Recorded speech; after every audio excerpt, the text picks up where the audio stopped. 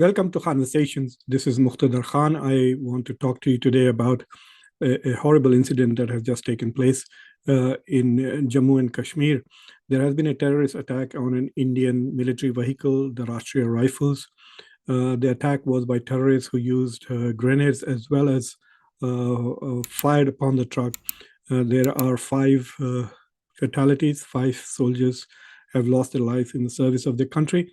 And it is also being reported that one person is also very seriously injured. Our prayers and our condolences go to the family of these brave soldiers who were fighting for the safety and security of their country. It is a very major event, and it will have both domestic and international repercussions. There are many explanations being offered as to who was behind it. A group called PAFF has claimed credit for this horrible attack, and the intelligence reporters, people with in the know, are claiming that this is just a splinter group of Lashkar-e-Taiba, a Pakistan-based terrorist organization which has operated in Kashmir for a long time and been primarily responsible for cross-border terrorism in Kashmir. So this group has claimed, taken credit for this attack. The motivations are interesting. That many people are already talking on television and social media and arguing that perhaps this is to prevent India's proposed hosting of a G20 related meeting in Srinagar next month.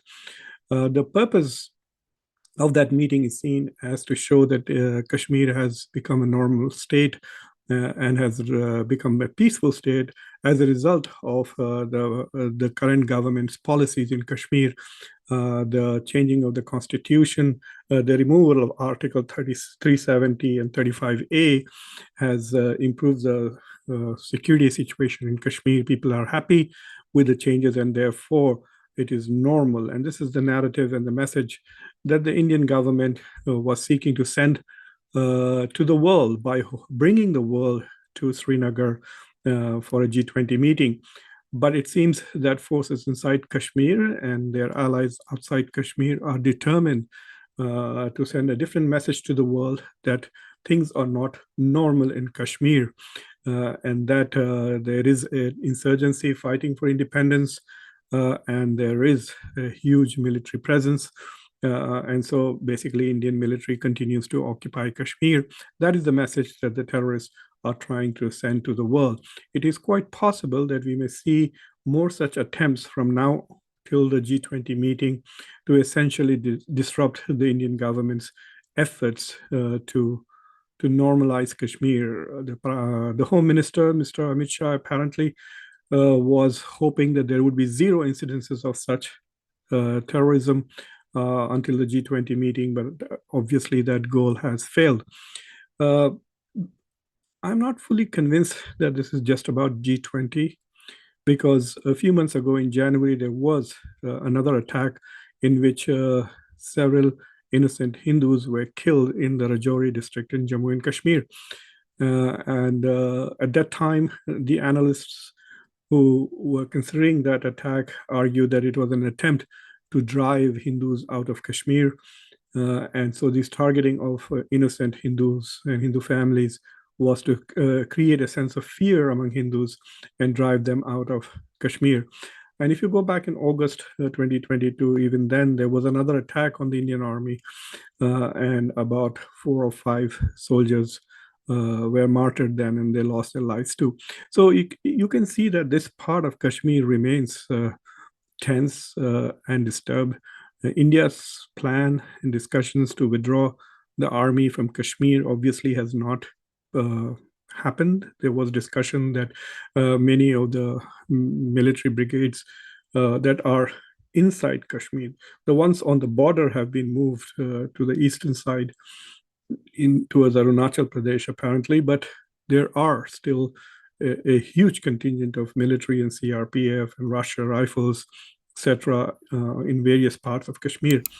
And I guess the demilitarization of Kashmir is not going to happen in the near future if attacks like this happen. On another note, the Foreign Minister of Pakistan, Mr. Bilawal Bhutto, has agreed to come to India for the Shanghai Cooperation Organization. And I think this issue should be raised in the Shanghai Cooperation Organization because the SCO's main goal is to address separatism, extremism, and terrorism. And so Kashmir is going to fall in the bailiwick.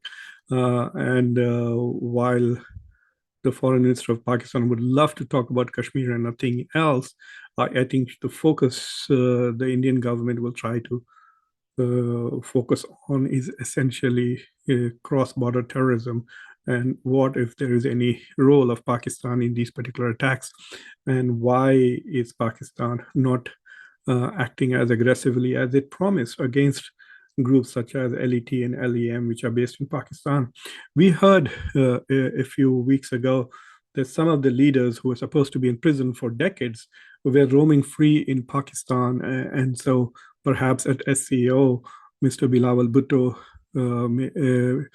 should be made to answer that question as to why, while Pakistan claims that these terrorists are in prison, why are they free to attend events outside the prison and even be noticed by the media. So this is a horrible event in Kashmir. It is going to put a lot of strain on Indo-Pak relations, which are more or less in the abyss at the moment.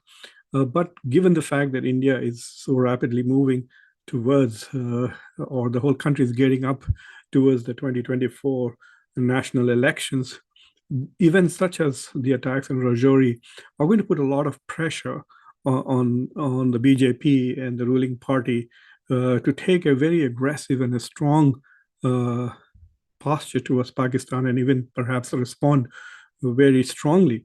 And in the context of the recent disclosures by the former governor of Kashmir, Satyapal Malik, I think the atmosphere in Delhi must be, shall we say, foreboding that perhaps we might see a very strong statement definitely coming from Delhi with regards to what happened in Rajouri. But I also suspect that there will be a temptation to take a very strong response if India is able to show clearly that there was a foreign hand involved in the attacks in Rajouri, Jammu and Kashmir. So with that brief comment, I'll take your leave. I have been talking about on these two issues on various other forums in Hindi. So you can listen to my discussions on these issues in Hindi on various other shows that I will be posting in the next few hours. So thank you very much for watching, and our prayers and our best wishes and condolences to the families who must be grieving at the loss of their loved ones in Rajouri, Jammu and Kashmir. Thank you very much for watching. This is Muqtedar Khan for Khanversations.